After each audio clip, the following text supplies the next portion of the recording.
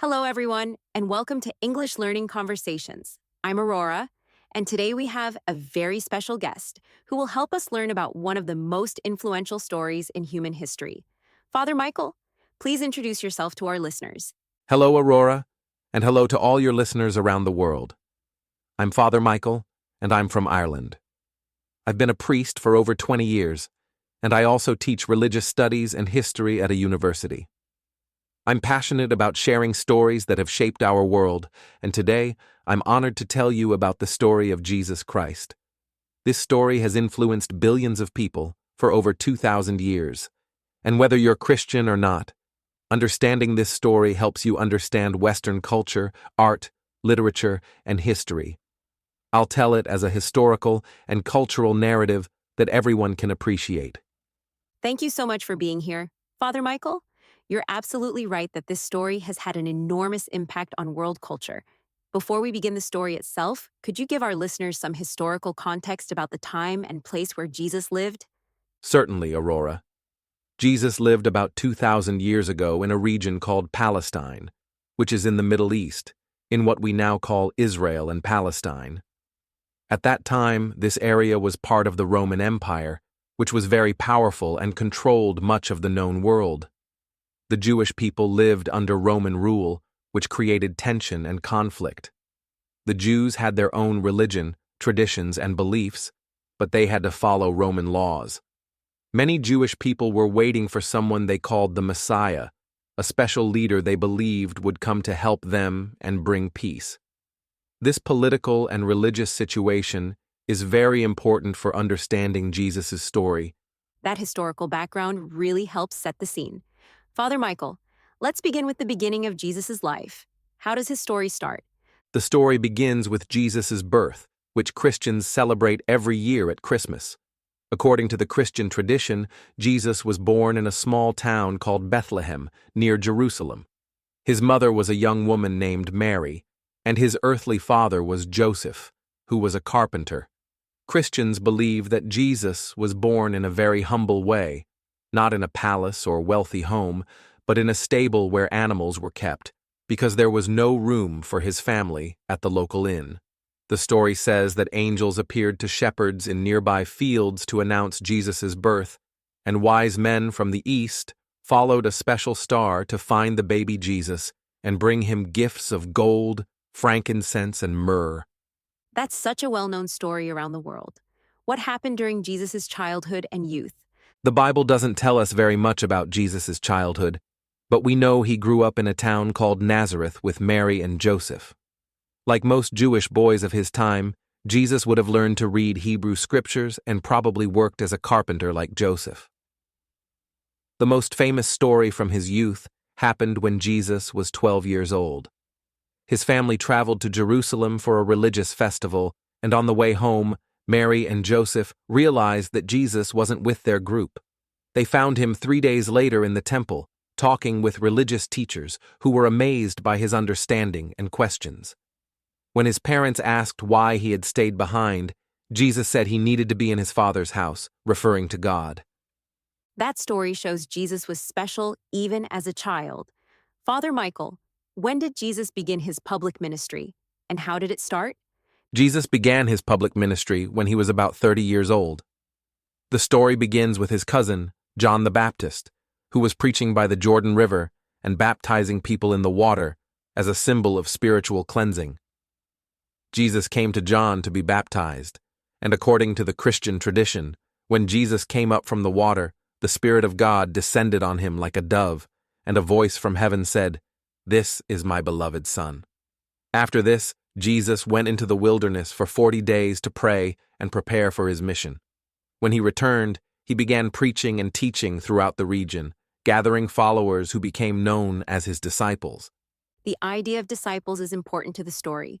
Who were Jesus' main followers? Jesus chose 12 men to be his closest disciples, though he had many other followers as well, including women. The 12 main disciples were fishermen, tax collectors, and other ordinary working people. The most well-known include Peter, who was a fisherman and became the leader of the disciples, John, who was very close to Jesus, Matthew, who had been a tax collector, and Judas Iscariot, who later betrayed Jesus. These disciples traveled with Jesus, listened to his teachings, and witnessed his actions. They later became the first leaders of the Christian church after Jesus died. Jesus taught them by example and through parables, simple stories with deeper spiritual meanings that ordinary people could understand and remember. What were some of Jesus' main teachings? What messages did he share with people? Jesus' teachings were revolutionary for his time and continue to influence the world today. His central message was about love for God and love for other people. He taught what became known as the Golden Rule. Treat others as you would like to be treated. He emphasized forgiveness, saying people should forgive their enemies and those who hurt them. He taught about caring for the poor, the sick, and the outcast members of society. One of his most famous teachings is called the Sermon on the Mount, where he said things like, "Blessed are the peacemakers," and "Turn the other cheek" when someone hurts you. He also taught through stories called parables, like the Good Samaritan, which taught about helping strangers, and the Prodigal Son, which taught about forgiveness and second chances. Those teachings about love and forgiveness are still very relevant today. Father Michael, the story also includes many miracles. Could you tell us about some of the most significant ones? The Gospels, which are the books in the Bible that tell Jesus' story, describe many miracles, extraordinary events that seemed impossible by natural laws. Some of the most famous include healing miracles, where Jesus cured people who were blind, deaf, paralyzed, or had other serious illnesses. He reportedly fed 5,000 people with just 5 loaves of bread and 2 fish. There are stories of Jesus calming storms on the Sea of Galilee and even walking on water. One of the most significant miracles was when Jesus brought his friend Lazarus back to life after Lazarus had been dead for 4 days. Whether you believe these events literally happened or see them as symbolic stories, they represented Jesus' power over sickness, nature, and even death, and they attracted large crowds of people who wanted to see and hear him. Those stories certainly show why Jesus attracted so much attention. Father Michael, as Jesus became more popular, did he face opposition? Yes, Jesus' growing popularity and his teachings created significant opposition from religious and political leaders. The Jewish religious authorities, particularly the Pharisees and Sadducees, felt threatened by Jesus because he criticized their practices and claimed to have a special relationship with God. They were also concerned that his popularity might cause political problems with the Romans. The Roman authorities were suspicious of any leader who might inspire rebellion against their rule. Jesus' teachings about a kingdom of heaven and his criticism of the wealthy and powerful made both religious and political leaders nervous. As Jesus' following grew, the opposition against him also intensified, leading eventually to the climax of his story. This tension really builds toward the dramatic end of Jesus' story. Could you tell us about his final week, which Christians call Holy Week? The final week of Jesus' life is central to the Christian story and is commemorated every year during Holy Week before Easter. It began when Jesus entered Jerusalem riding on a donkey, with crowds of people welcoming him by laying palm branches on the road. This is celebrated as Palm Sunday. During that week, Jesus taught in the temple and had conflicts with religious leaders. On Thursday evening, Jesus had what Christians call the Last Supper with his 12 disciples, where he shared bread and wine with them and told them it represented his body and blood. This meal became the foundation for the Christian practice of communion. During this dinner, Jesus also washed his disciples' feet, showing them how to serve others humbly. That Last Supper is such an important moment in the story. What happened next? After the Last Supper, Jesus went to a garden called Gethsemane to pray, knowing that his death was approaching. There, Judas Iscariot, one of his 12 disciples, betrayed him by leading Roman soldiers and Jewish officials to arrest him. Jesus was taken through several trials, first before the Jewish religious court, then before Pontius Pilate, the Roman governor. Though Pilate found no crime deserving death, he gave in to pressure from the crowd and condemned Jesus to crucifixion, which was a common Roman method of execution for criminals. Jesus was forced to carry his cross through the streets of Jerusalem to a hill called Golgotha, where he was crucified between two criminals on what Christians now call Good Friday. That's the tragic climax of the story. But Father Michael, the story doesn't end there, does it? You're absolutely right, Aurora. The most important part of the Christian story is what happened next.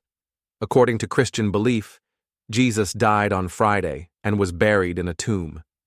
But on Sunday morning, some women who followed Jesus went to the tomb and found it empty. An angel told them that Jesus had risen from the dead. Over the next 40 days, the story says that Jesus appeared to his disciples and many other followers, proving that he was alive again.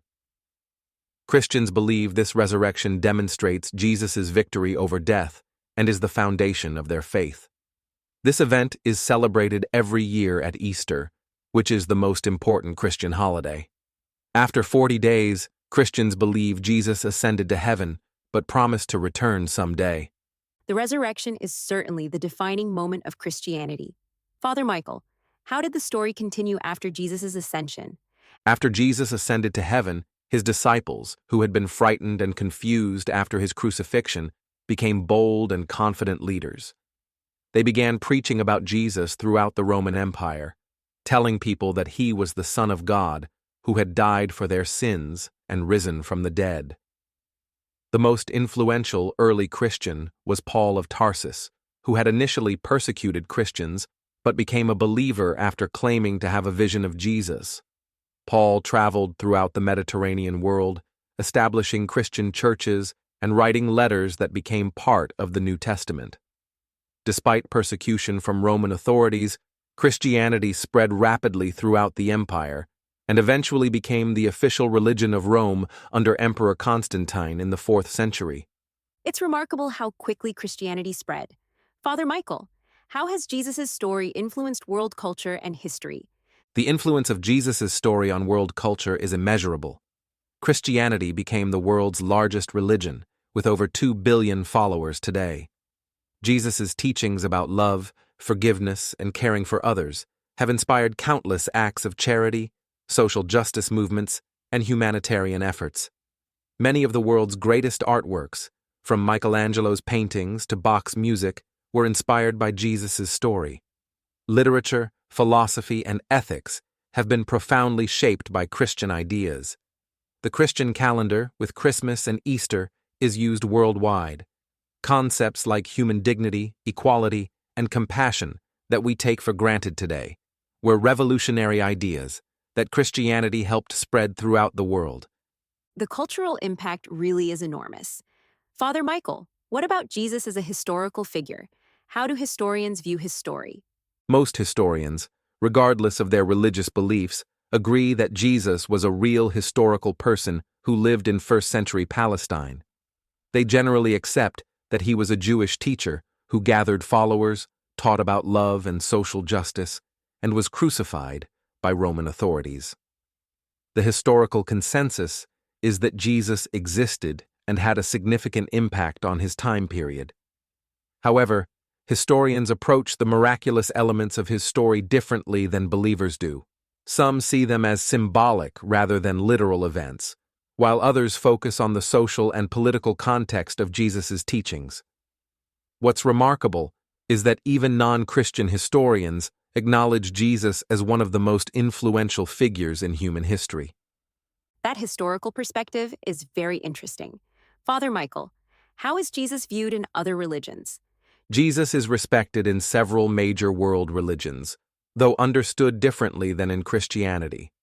In Islam, Jesus, called Isa, is considered one of the most important prophets and the Messiah, though Muslims don't believe he was divine or that he died on the cross. They believe he was taken up to heaven by God. In Judaism, Jesus is generally seen as a Jewish teacher or rabbi, but not as the Messiah or divine. Some Buddhist and Hindu thinkers have found wisdom in Jesus' teachings about compassion and love, comparing them to their own spiritual traditions. Even many non-religious people admire Jesus as a moral teacher and social reformer who promoted peace, justice, and care for the marginalized. It's fascinating how Jesus is viewed across different faith traditions. Father Michael, what lessons from Jesus' story do you think are relevant for people today, regardless of their religious beliefs? Jesus' story offers many universal lessons that transcend religious boundaries. His emphasis on treating others with love and respect is relevant in our diverse, globalized world. His teachings about forgiveness can help people heal from personal conflicts and social divisions.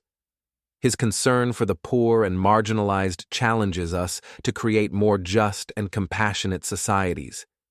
His example of peaceful resistance to oppression has inspired leaders like Mahatma Gandhi and Martin Luther King Jr. The story also teaches about the power of standing up for your beliefs, even when facing opposition. Whether viewed as religious truth or moral teaching, Jesus' story continues to offer guidance about living with purpose, treating others well, and working for positive change in the world. Those are indeed timeless and universal values. Father Michael, for our English learning listeners, why is it important to understand Jesus' story from a cultural and historical perspective? Understanding Jesus' story is essential for English learners because Christian themes and references appear constantly in English literature, movies, music, and everyday expressions. When someone talks about being a good Samaritan or turning the other cheek, they're referencing Jesus' teachings. Many Western holidays, traditions, and cultural practices have Christian origins. Understanding this story helps learners comprehend deeper meanings in Shakespeare, Dickens, and countless other English writers. It also helps in understanding Western art, architecture, and music. Even in secular contexts, knowing this story provides cultural literacy that helps learners fully participate in English-speaking societies and understand historical and contemporary discussions about ethics, social justice, and human rights. That cultural literacy aspect is so important for language learners. Father Michael, before we finish, what would you want our listeners to remember most about Jesus' story? I would want listeners to remember that regardless of your personal religious beliefs, Jesus' story is fundamentally about hope, love, and the possibility of positive change. It's a story that has given millions of people comfort during difficult times, inspired them to help others, and motivated them to work for justice and peace. The story teaches that every person has value and dignity, that forgiveness is possible, and that love is stronger than hate.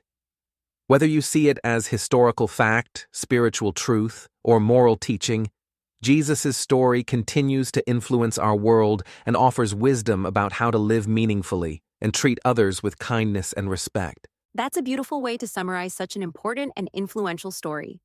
Father Michael, thank you so much for sharing Jesus' story with us in such a thoughtful and inclusive way. You've helped our listeners understand not just the story itself, but also its enormous cultural and historical significance. Thank you, Aurora. It's been a privilege to share this story that has meant so much to so many people throughout history. I hope your listeners, whatever their background or beliefs, have found something valuable in learning about this influential figure and the story that has shaped much of our world's culture, art, and moral thinking. And thank you to all our listeners. Remember, understanding influential stories like this one helps us better understand the world around us, the literature we read, and the cultural references we encounter. These stories are part of our shared human heritage and help us connect with people from different backgrounds and traditions. Exactly. Stories have the power to bring people together, teach us about different perspectives, and help us understand our common humanity. Jesus' story, like all great stories, reminds us of our capacity for love, forgiveness, and positive change in the world. Until next time, this is Aurora from English Learning Conversations. Keep learning, keep exploring the stories that have shaped our world, and remember that understanding different cultures and traditions helps us become more compassionate global citizens. Goodbye, everyone. God bless, and may you find wisdom and peace in all the stories you discover.